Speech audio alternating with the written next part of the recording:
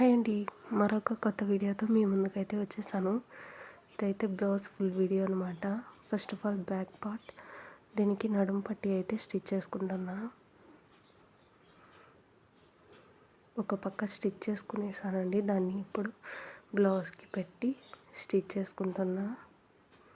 Right side పెట్టి wrong side reverse చేసుకోవాలన్నమాట. ఇప్పుడు ఒక కుట్టు దాని మీద అయితే వేసుకొని ఇప్పుడు రివర్స్ చేసుకుంటున్నాను అనమాట. రివర్స్ సైడ్ రైట్ సైడ్ నుంచి రివర్స్ చేసి ఇక్కడ లూజ్ కుట్ వేసుకొని హెమ్మింగ్ అయితే చేసేసుకోవచ్చు. నేనైతే స్టిచ్ వేసుకుంటున్నా. కొంతమందికి హెమ్మింగ్ ఇష్టం ఉంటుంది కాబట్టి ఇలా చేసుకోవచ్చు. ఇంతటితో బ్యాక్ పార్ట్కి అయితే ఇక్కడ చూడండి డాట్స్ అయితే పట్టాల్సి వస్తుంది కదా, బ్యాక్ పార్ట్ డాట్స్. ఇది 3 ఇంచెస్ వచ్చింది ఈ బ్లౌజ్కి. సో ఇది వచ్చేసి షోల్డర్స్కి ఈక్వల్గా తీసేసుకొని ఇలా పట్టేసుకోవాలన్నమాట. చూడండి షోల్డర్స్కి స్ట్రైట్గా ఉంది కదా లైన్, అలాగ పట్టేసుకున్నా. ఇంక బ్యాక్ పార్ట్ అయితే ఫినిష్ అయింది. ఇంకా ఫ్రంట్ పార్ట్ అయితే మనకి హుక్స్ కాజా పట్టి వస్తుంది కదండి, అక్కడ ఒక 2 ఇంచెస్ అయితే వస్తుంది. ఒక స్మాల్ స్టిచ్ అయితే వేయాలి, ఇలాగా షేప్ అనమాట. 2 ఇంచెస్ హుక్స్ కాజా పట్టి దగ్గర. అలాగే కింద షేప్ డాట్ వచ్చేసి 3.5 ఇంచ్ దగ్గర వేస్తున్నాను అనమాట. అలా మడిచి స్టిచ్ చేయడం వల్ల షేప్ అయితే వస్తుంది. మరి దీని మిడిల్లో ఇలా తీసుకోవాలి క్లాత్. ఇలా తీసేసుకొని అక్కడ ఒక స్టిచ్ అయితే వేసుకోవాలి. అది వచ్చేసి చంక దగ్గర వస్తుంది అనమాట. ఇలా స్టిచ్ చేసిన తర్వాత మనకి ఇలాగ షేప్ అయితే ఫ్రంట్ పార్ట్ షేప్ అయితే పఫ్ లాగా ఇలాగ వస్తుంది చూడండి. ఇంతటితో ఫినిష్ అయింది. ఇప్పుడు క్రాస్ బెల్ట్ అయితే స్టిచ్ చేసుకోవాలన్నమాట. వీటికి నేనైతే అంతకుముందు షోల్డర్స్ అయితే జాయిన్ చేస్తున్నాను. ఇలా చేసాము అంటే కన్ఫ్యూజన్ ఉండదు కదా. బ్యాక్ పార్ట్ అయితే రైట్ సైడ్ పెట్టేసుకొని ఫ్రంట్ పార్ట్ చూసుకొని రాంగ్ సైడ్ పెట్టుకోవాలి. ఇలా రాంగ్ సైడ్ పెట్టి జాయింట్ అయితే చేసుకోవాలి.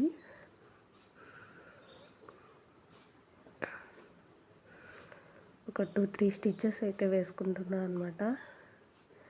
ఇప్పుడు మనకి కన్ఫ్యూజన్ ఉండదన్నమాట. అంటే ఏ సైడ్కి మనం ఏది స్టిచ్ చేస్తున్నాము అనేది. ఇప్పుడు క్రాస్ బెల్ట్ అయితే తీసుకొని ఇందుకి ఒక వేరే క్లాత్ అయితే తీసుకున్న స్టిఫ్నెస్ కోసం. ఇక్కడ చూడండి, ఇక్కడ ఒకేలాగా రావాలి. అంటే ఎలాగంటే స్టిచ్ చేస్తున్నప్పుడు పెద్ద షేప్ 2 ఆపోజిట్లో రావాలి. ఇలా ఆపోజిట్లో వస్తేనే 2 ఒకే. ఇప్పుడు చూడండి పైన చిన్నగా వచ్చింది స్టిచెస్, కిందకు వచ్చేసరికి పెద్దగా వచ్చింది. ఇప్పుడు సెకండ్ క్రాస్ బెల్ట్ పెద్దది నుంచి కిందకి చిన్నది వస్తుంది. ఇలాగా ఒకే షేప్లో తీసుకోవాలి, ఆపోజిట్ డైరెక్షన్లో. ఇలా తీసుకుంటే క్లాత్ రివర్స్ చేసినప్పుడు మనకి ఈజీగా లెఫ్ట్కి రైట్కి సరిపోతుంది. ఆపోజిట్లో బాగా వస్తాయి చూడండి. ఇలాగా స్టిచ్ చేసేటప్పుడే మనము ఇలా పెట్టి చేసుకోవాల్సి వస్తుంది. ఇంకా క్రాస్ బెల్ట్ అయితే ఫినిష్ అయింది. నాకైతే క్రాస్ బెల్ట్ కూడా క్లాత్ అయితే సరిపోలేదండి, కానీ నేను అటాచ్ చేసి చేసుకున్నా. ఇక చూసారు కదండి,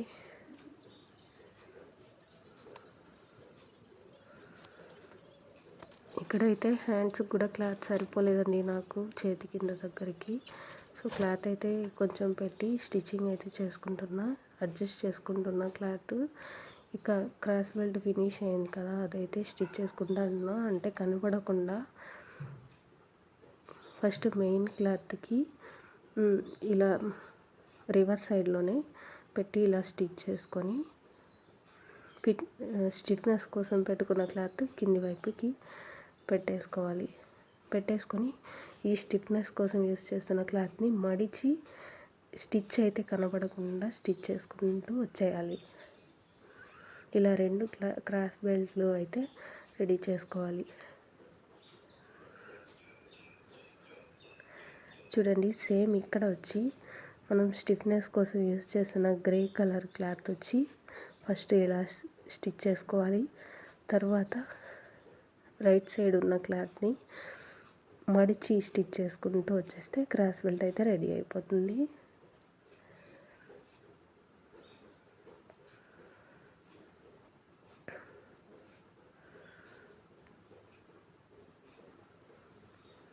ఇప్పుడైతే స్టిచెస్ అయితే కనపడదు బ్యాక్. ఇలా అయితే మన ఫ్రంట్ పార్ట్ కొద్దిగా రెడీ అయింది. ఇప్పుడు హుక్స్ పట్టీ అయితే రెడీ చేసుకుంటున్నా. దీనికోసం క్లాత్ తీసుకొని 2 ఇంచెస్ రైట్ సైడ్ పెట్టి స్టిచ్ చేసుకుంటూ వస్తున్నా. 3కి రివర్స్ చేసి తిప్పేసుకొని ఒక స్టిచ్ అయితే వేసుకున్నా క్లాత్ మీద. అలాగే ఇప్పుడు దాన్ని టూ ఫోల్డింగ్స్ చేసి ఇలా అయితే స్టిచ్ చేసుకుంటున్నా. హుక్స్ పట్టీ అయితే రెడీ అయింది. ఇక కాజా పట్టీకి రివర్స్లో పెట్టుకొని ఫ్రంట్ పార్ట్ని కొంతమంది లెఫ్ట్ యూస్ చేస్తారు, కొంతమంది రైట్ యూస్ చేస్తారు. ఇది వచ్చేసి లెఫ్ట్ పార్ట్ అది. చూడండి, ఇలాగ స్టిచ్ చేసిన తర్వాత దీన్ని రాంగ్ సైడ్ ఫోల్డ్ చేసుకొని స్టిచ్ అయితే చేసుకోవాలి.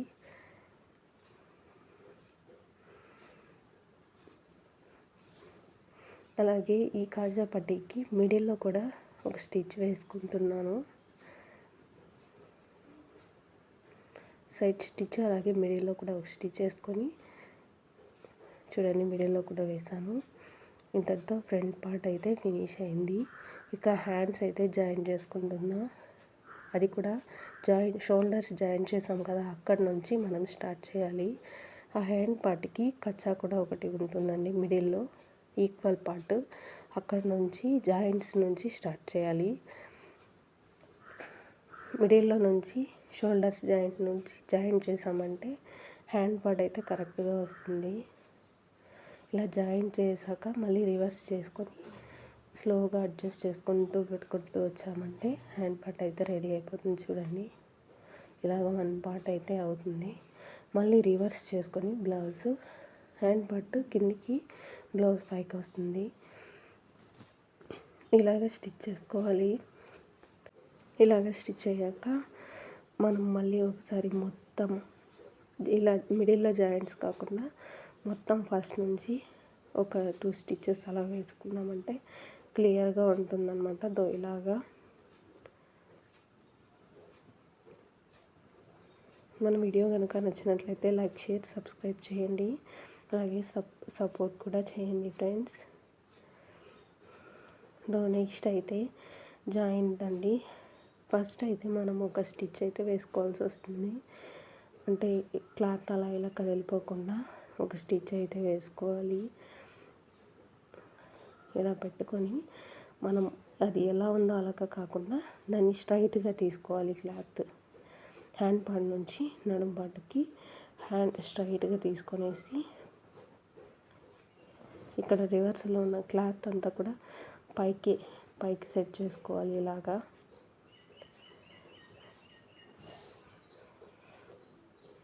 ఇలాగ పైకి సెట్ చేసుకొని లాస్ట్లో ఒక స్టిచ్ వేసుకోవాలి.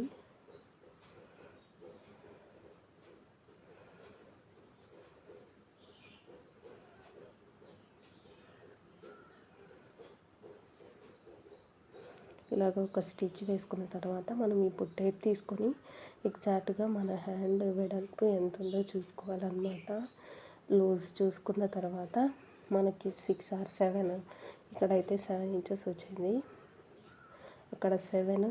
అలాగే చెస్ట్ లూజ్ వచ్చేసి 8 అలాగ వచ్చింది. చెస్ట్ లూజ్ వచ్చేసి 10.5 అలా వచ్చింది. ఇలాగ మార్క్ చేసుకొని కింద లూజ్ వచ్చేసి క్రాస్ బెల్ట్ దగ్గర వచ్చేసి 8 అలాగ వచ్చింది.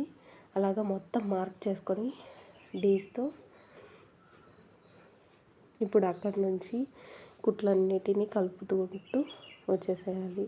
ఇది ఎగ్జాక్ట్ మెజర్మెంట్. ఇప్పుడు మిడిల్లో మనం స్టిచెస్ వేసుకోవాలన్నమాట.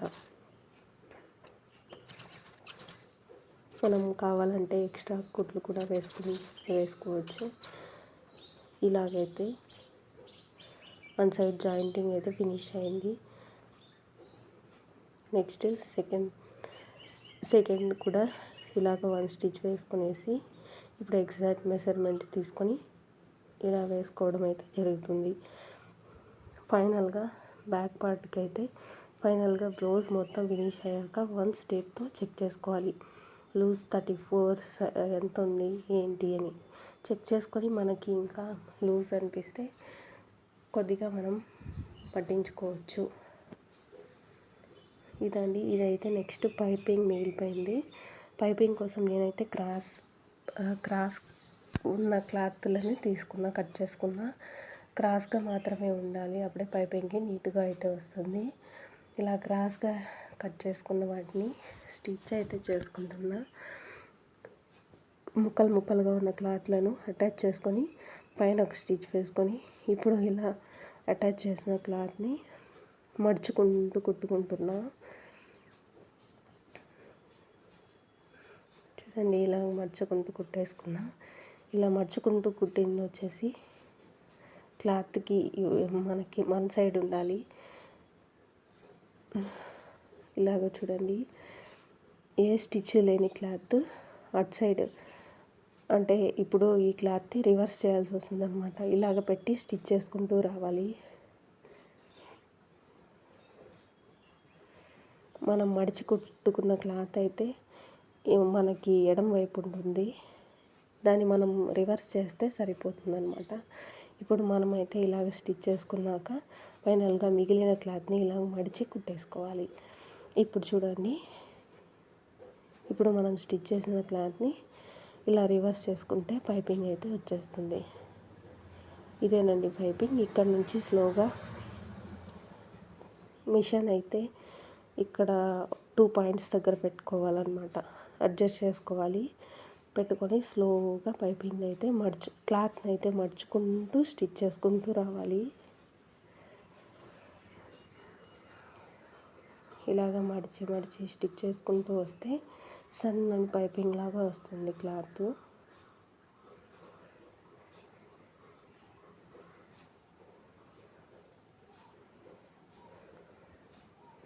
కానీ క్లాత్ అయితే కొంచెం బాగా నీట్గా అడ్జస్ట్ చేసుకుంటూ స్టిచ్ చేస్తే సూపర్గా వస్తుందండి. చూడండి, ఇలాగ అడ్జస్ట్ చేసుకుంటూ క్లాత్ అయితే లోపలికి పెట్టి మడుచుకుంటూ స్టిచ్ చేస్తే పైపింగ్ వచ్చేస్తుంది.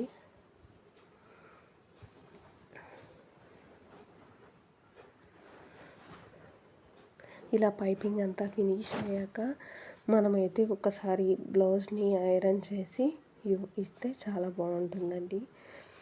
ఐరన్ అయితే కంపల్సరీ అనమాట. ఎందుకంటే మనం స్టిచ్ చేసేటప్పుడు క్లాత్ అయితే బాగా అటు ఇటు చెదిరిపోయి ఉంటుంది.